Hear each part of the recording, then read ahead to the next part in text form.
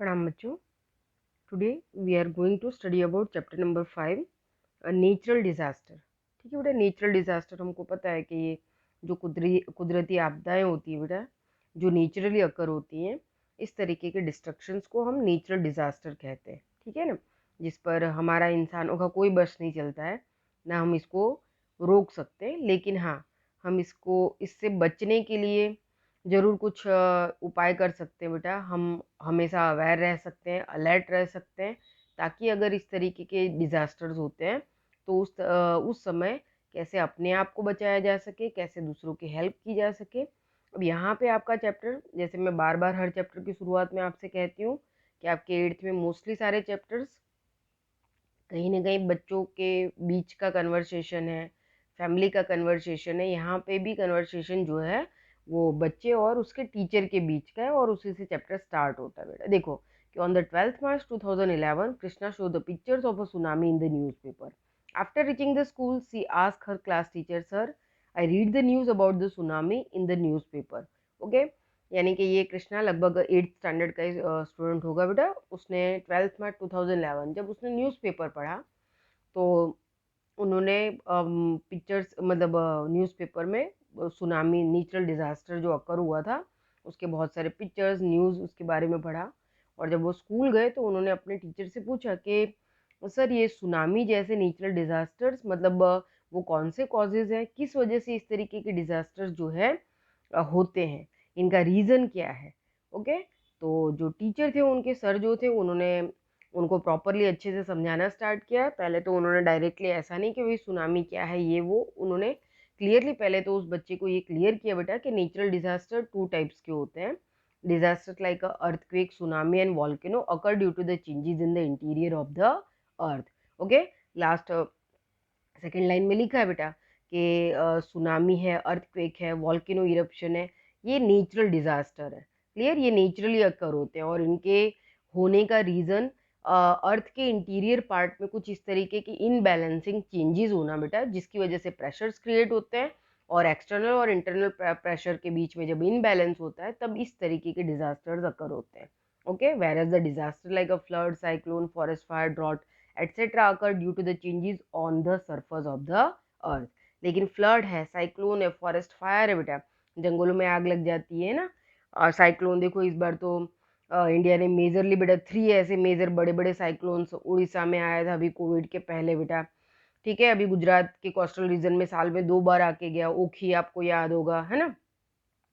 ये साइक्लोन्स बेटा, ये आंधी तूफान एक तरीके से देखा जाए तो सब कुछ उड़ा के तहस नहस करके चला जाता है बेटा। फ्लड की कंडीशन, अभी पूरा का पूरा भारत आप देखो, आधे से ज़्यादा भारत जो है हमारा, सौराष्ट्र देखो, ठीक है, उत्तर प्रदेश देखो, बिहार है, ईस्ट के जोन में देखो, सब जगह बेटा बाढ़ में पूरे के पूरे शहर डूबे हुए हैं, गांव डूबे हुए हैं, कितना सारा नुकसान। सिर्फ भारत ही नहीं बेटा, पूरी दुनिया में भी इस तरीके की कंडीशन है कि हर देश का आधा हिस्सा पानी में डूबा हुआ है। और ये सारे जो नेचुरल डिजास्टर बेटा इस तरीके से हो रहे हैं ना, और लास्ट 10 ईयर्स में से देखो देखो बेटा, जो वाटर से होने वाले डिजास्टर्स हैं वो कितने ज़्यादा बढ़ गए हैं। ये जो हम इतने समय से ग्लोबल वार्मिंग की इफेक्ट है, ग्रीन हाउस इफेक्ट है, इसके बारे में पढ़ते आ रहे हैं बेटा, जिसकी वजह से हमारा अर्थ का जो टेम्परेचर हाई होता जा रहा है। हमने आगे भी चैप्टर नंबर 2 में देखा था ये, कि किस तरीके से इन चीज़ों की इफेक्ट होती है, बराबर। और इन इफेक्ट्स की वजह से बेटा ये नेचुरल डिजास्टर्स अब बढ़ते चले जा रहे हैं। क्लियर, पर्टिकुलरली टेम्परेचर के हाई अप होने की वजह से ही बेटा फॉरेस्ट फायर, जंगलों में अब आग लगने के जो पर्टिकुलर इंसिडेंट्स है वो बढ़ते चले जा रहे हैं। आप हर दूसरे तीसरे महीने देखो, किसी न किसी पर्टिकुलर कॉन्टिनेंटल फॉर्म में, कहीं हमने अमेजोन में देखा था, फिर हमने ऑस्ट्रेलियाई जंगलों में देखा, उसके बाद अभी भी अमेरिका के आसपास के कुछ फॉरेस्ट में, और हजारों एकड़ में बेटा ये आग फैल रही है। क्लियर, इसका भी मेन रीज़न टेम्परेचर का बढ़ना है। तो हम देख रहे हैं बेटा कि किस तरीके से लास्ट 100 ईयर्स में हमने जो डेवलपमेंट के चक्कर में बहुत सारी एक जो स्पीड, एकदम हम गति के साथ दौड़ने लगे थे ना, बिना कुछ भी सोचे समझे, और बहुत कुछ ऐसा है जो हमने एक तरीके से डिस्ट्रक्ट कर दिया बेटा, जिसको हमने नुकसान पहुंचाया। और कहीं ना कहीं अब ये नेचुरल डिजास्टर जो हमको दिखाई दे रहे हैं, इनका रीज़न यही हम मान के चल सकते हैं। ओके, तो जो सर है बेटा वो फर्स्ट वन अर्थक्वेक के बारे में क्लियरली उनको थियरी समझा रहे हैं क्या है वो, कि व्हाट इज अर्थक्वेक बेटा, है ना, जिसको हम भूकंप कहते हैं। हमारे गुजरात ने तो बेटा 2001 में बहुत ही बड़े भूकंप को बर्दाश्त किया था, देखा था। हम उसको कैसे भूल सकते हैं ना। अभी भी आपके मम्मी पापा दादा दादी, अगर आप पढ़ रहे हो, कोई भी अगर आपके आसपास होगा तो सबके दिमाग में वो सारी तस्वीरें ताजा हो जाएगी। कैसे कैसे इंसिडेंट्स हुए थे बेटा, 2-3 दिन के बाद तो टीवी देख के भी डिप्रेशन हो जाता था, ऐसे ऐसी चीजें दिख निकल कर आ रही थी। ओके, तो हम थोड़ा सा देखते हैं। द अब लिखा हुआ है इसमें बेटा कि the weak upper crust of the earth suddenly experience the tremors either due to the collision of the plates or due to the tremendous pressure in the interior of the earth. Okay बेटा, earthquake होने का main reason क्या है कि बेटा जो उनकी plates होती हैं, ठीक है, हमारा जो जियोलॉजिकल स्ट्रक्चर है ना बेटा, वो 3 प्लेट्स के ऊपर डिपेंडेड है। मैं बार बार इन प्लेट्स के बारे में आपको समझाती रहूंगी जिससे आपको पता चलेगा बेटा। 3 टाइप्स ऑफ प्लेट्स होती है बेटा अर्थ के ऊपर, और ये अर्थ का जो पूरा का पूरा जियोलॉजिकल स्ट्रक्चर है बेटा इन्हीं प्लेट्स के ऊपर डिपेंडेड है। जैसे कि बेटा आ, 2 प्लेट्स होती है बेटा, उनको डाइवर्जेंट प्लेट्स कहा जाता है। ठीक है, ये डाइवर्जेंट प्लेट्स में क्या होता है बेटा, प्लेट्स जो है वो एक दूसरे से दूर जाती है, खिसकने लगती है, जिसकी वजह से क्या होता है कि बैलेंस जो है इनबैलेंस हो जाता है, क्योंकि गैप बनने लगता है, जिसकी वजह से अर्थक्वेक हो सकता है। फिर बेटा सेकंड है कन्वर्जन प्लेट्स।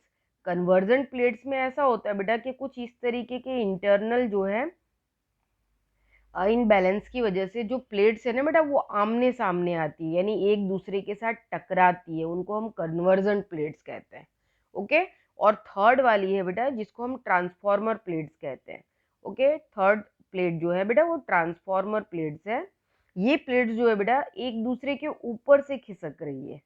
ओके, तो इनको हम ट्रांसफॉर्मर प्लेट्स कहते हैं बेटा। ये ट्रांसफॉर्म होती है, यानी कि ये एक दूसरे के ऊपर से खिसक रही है। ये अभी तक कैसा जमीन का हिस्सा है जो एक दूसरे के ऊपर बैलेंस किया हुआ था, लेकिन अब इनका बैलेंस बिगड़ रहा है, इनके बीच में गैप बन रहा है और ये एक दूसरे के ऊपर से खिसक रही है। डाइवर्जेंट प्लेट्स में ऐसा है बेटा कि जो दो पास पास में प्लेट्स है वो प्लेट्स में गैप बन रहा है, वो दूर जा रही हैं। जैसे हम नॉर्थ अमेरिका साउथ अमेरिका को देखते हैं ना बेटा, तो किसी समय पे ये लैंडफॉर्म एरिया जो है वो जुड़े हुए थे, लेकिन डाइवर्जन प्लेट्स की मूवमेंट्स की वजह से ही ये धीरे धीरे इनके बीच में गैप बना और पैसिफिक ओशन का जो वाटर बॉडी स्ट्रक्चर है उसमें अंदर के पार्ट तक जो है एंटर कर गया। बराबर, तो ये डाइवर्जन प्लेट्स यानी कि जमीन के टुकड़े जो है एक दूसरे से दूर जा रहे हैं। और कन्वर्जन प्लेट्स में हम देखते हैं बेटा कि ये जो प्लेट्स हैं वो एक दूसरे के सामने आ रही है, और जब ये एक दूसरे के सामने आती है, जैसे कि इंडो ऑस्ट्रेलियन प्लेट बेटा और ये यूरोपियन प्लेट्स, बराबर, पैसिफिक ओशनिक प्लेट जो प्लेट्स है यूरोपियन प्लेट्स है, ये एक माना जाता है कि बहुत करोड़ों साल पहले बेटा ये जब कन्वर्जेंट हुआ था, ये जब प्लेट्स टकराई थी बेटा, उसी वजह से जो है हिमालय जैसा इतना बड़ा जो ये माउंटेन रेंजेस हम देखते हैं ना बेटा, ये हिमालयन माउंटेन रेंजेस जो है वो निकल कर आया था। तो हम अंदाजा लगा सकते हैं बेटा कि किस तरीके से, क्योंकि हिमालयन माउंटेन जो सिस्टम है वहां पे पहले तथ्य ही हुआ करता था। अब मतलब समझ लो कि वहां पे वाटर बॉडी थी बेटा, ओशनिक पार्ट था, लेकिन इंडो ऑस्ट्रेलियन प्लेट और यूरोपियन प्लेट्स के टकराव की वजह से, उसके कोलाइजन की वजह से बेटा, जब जमीन टकराई होगी तो उसके टकराव की वजह से पूरी की पूरी जमीन बेटा ऊपर की तरफ, जो लैंड है वो ऊपर की तरफ उठ के निकल आई। सोचो आप कितने हाई फॉर्म तक वो उठी होगी कि हिमालयन माउंटेन रेंजेस बना होगा। तो यहाँ पे आप समझ सकते हो बेटा कि इन प्लेट्स के मूवमेंट्स की वजह से इसमें जो ट्रेमेंडस प्रेशर अकर होते हैं बेटा, जिसकी वजह से अर्थक्वेक आता है। अब देखो, waves tremors and the earthquake originate from its hypocentre which is deep down below the surface of the earth. Such sudden shaking or trembling is known as earthquake. Earthquake waves are created from the epicenter during the process of an earthquake. Earthquake occurs due to the internal disturbance in the earth.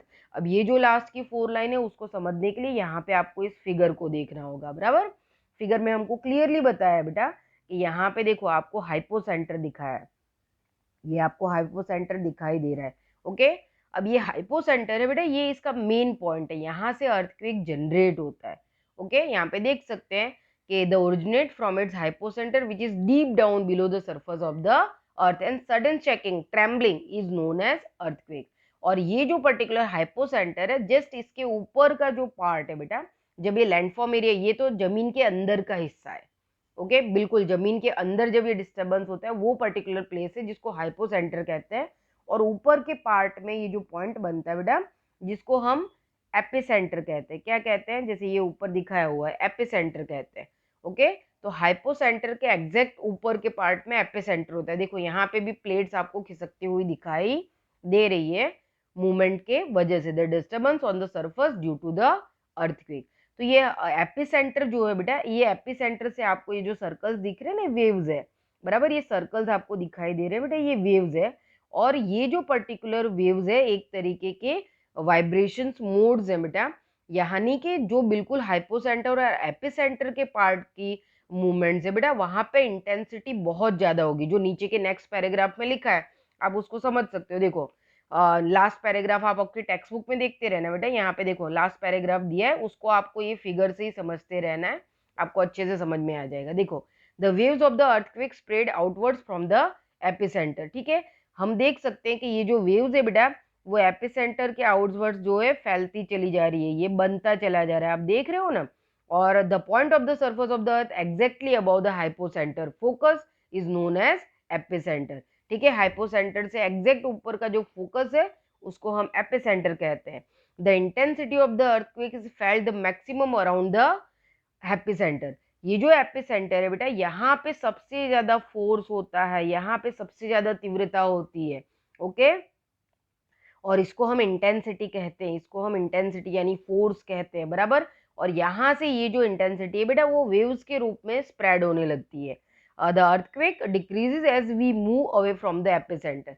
लेकिन जैसे जैसे epicentre के part से बेटा हम दूर होते चले जाते हैं, वैसे वैसे क्या होता है, ये जो फोर्स है, ये जो इंटेंसिटी बेटा, ये कम हो जाती है।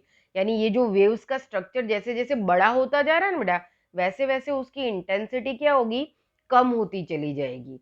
ओके, जिसकी वजह से जैसे हमारे गुजरात में जब अर्थक्वेक आया था बेटा, तो कच्छ उसका एपिसेंटर था। ओके, कच्छ के रण में एपिसेंटर था, वहां से ये अर्थक्वेक स्टार्ट हुआ था।